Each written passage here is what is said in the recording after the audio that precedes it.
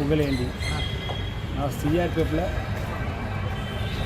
27/2/2012 GC ஆவடியில் join பண்ணேன். அதுக்கப்புறம் training முடிச்சுட்டு ஃபஸ்ட்டு போஸ்டிங் சத்தீஸ்கர் முடிஞ்சு எனக்கு ஸ்ரீநகரில் போஸ்டிங் இருக்குது. ஸ்ரீநகர் போஸ்டிங் வந்து 35 பெட்டாலியன் கிடைக்கும். அப்போது பெட்டாலியனில் ஒர்க் பண்ணிட்டு இருக்கும்போது என்கவுண்டர் டீமுக்கு ஒரு ஆப்ஷன் கிடைக்கும். அந்த செலெக்ஷன் வந்து நடந்துகிட்ருக்கு. அந்த செலெக்ஷன் பண்ணாங்கன்னா நம்ம செலக்ட் ஆகிட்டோம்னா என்கவுண்டர் டீமுக்கு போகணும். சரி, எனக்கு விருப்பப்பட்டு அந்த டீமில் போய் செலெக்ஷன் அட்டன் பண்ணேன்.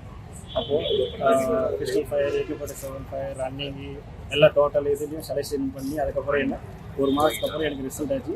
நீ செலக்ட் ஆகிடுன்னு சொல்லிட்டு எனக்கு இன்ஃபர்மேஷன். அதுக்கப்புறம் நான் அங்கே ஜாயின் பண்ணி 2019 ஜனவரிலேருந்து 2022 ஜனவரி வரை 3 வருஷம் நான் அந்த என்கவுண்டர் டீமில் இருந்தேன். 20 ஆப்ரேஷன் பண்ணி அதில் 40க்கும் மேற்பட்ட தீவிரவாதிகளை என்கவுண்டர் பண்ணாங்க. அது பெஸ்டிங் ஆப்ரேஷன் சொல்லிட்டு 28 ஜூன் 2021 ஒரு பாகிஸ்தான் கமாண்டர் என்கவுண்டர் பண்ணதுனால எனக்கு ஜனாதிபதி திரௌபதி முர்மு அவர்களால் வீர விருது வழங்கப்பட்டது. ராஜஸ்தான், ஹரியானா அந்த மாதிரி சில மாநிலங்கள்லாம் எல்லாம் இந்த வீர விருது பெற்றவங்களுக்கு சில பெனிஃபிட்ஸ் எல்லாம் கிடைக்குது. இடம் கொடுக்குறாங்க, காசு கொடுக்குறாங்க. இது மாதிரி பஸ்ஸில் வந்து பஸ் ஃபேர் ஃப்ரீ கொடுக்குறாங்க, பாஸ் பண்ணி கொடுக்குறாங்க.